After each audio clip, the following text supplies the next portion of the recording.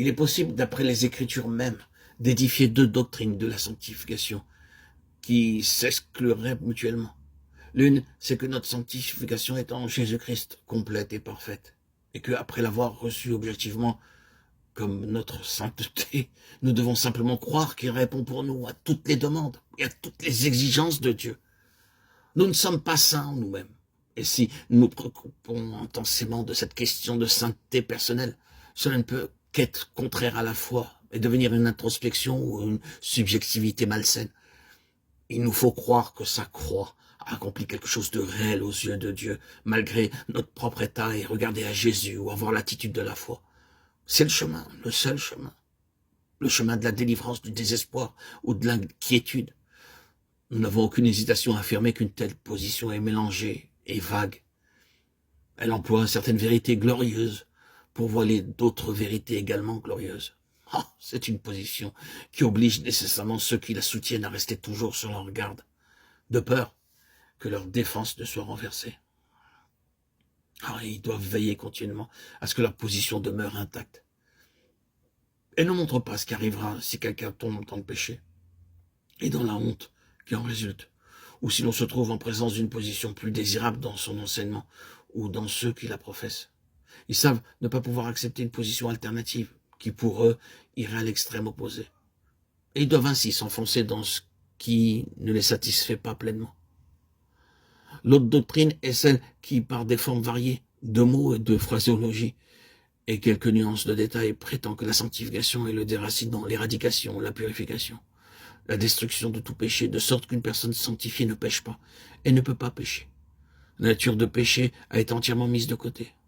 Pour ceux qui soutiennent cette conception de la sanctification dans le sens que nous venons de mentionner, il s'agit d'un acte, d'une expérience concluante faite à un moment donné. De même que la nouvelle naissance qu'il faut saisir, de même par la foi. Il nous faut dire ici encore qu'il y a en cela un mélange et qu'une telle position a amené beaucoup de croyants dans la confusion et le désespoir.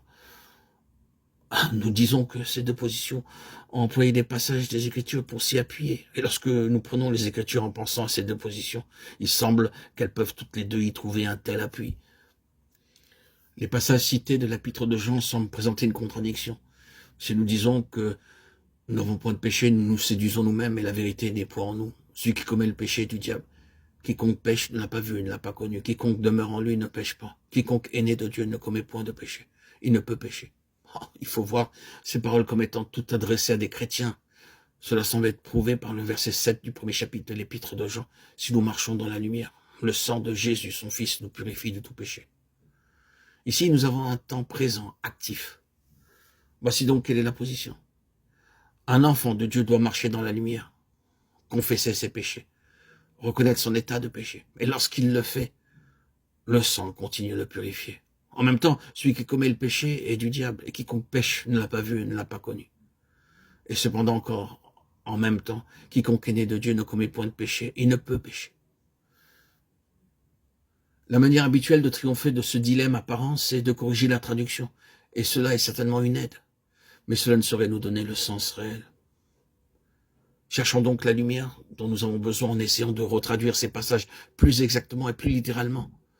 Le lecteur français comprendra qu'un même mot français est employé quelquefois pour traduire la pensée de plusieurs mots grecs, et certains mots grecs ont un sens plus profond que le mot français qui les rend. 1 Jean 2,29, quiconque pratique la justice est né de lui. 1 Jean 3,4, quiconque pratique le péché. En grec, poderia, rempli de peine et d'efforts pour faire le mal, avoir de mauvaises intentions. Matthieu 12,39, Luc 11,29, pratique aussi l'iniquité. 1 Jean 3,6, quiconque demeure en lui ne s'écarte pas du droit chemin. En grec, ne pêche pas, manquer le but ou le bon chemin. Ou bien quiconque demeure en lui ne manque pas le but. Celui qui pratique la justice est juste, 1 Jean 3,7. Quiconque est né de Dieu ne pratique pas le péché, ne manque pas le but, parce que la semence de Dieu demeure en lui, et il ne peut pécher. Pratiquer le péché. 1 Jean 3,9. L'aide qui nous est donnée par la connaissance des termes qui sont réellement employés se trouve principalement dans le mot pratique, qui représente à la fois une marche habituelle et une action présente, toujours présente. Si nous marchons dans la lumière, le sang de Jésus, son Fils, nous purifie de tout péché. C'est un présent actif. quiconque est né de Dieu ne commet point de péché. Il ne peut pécher.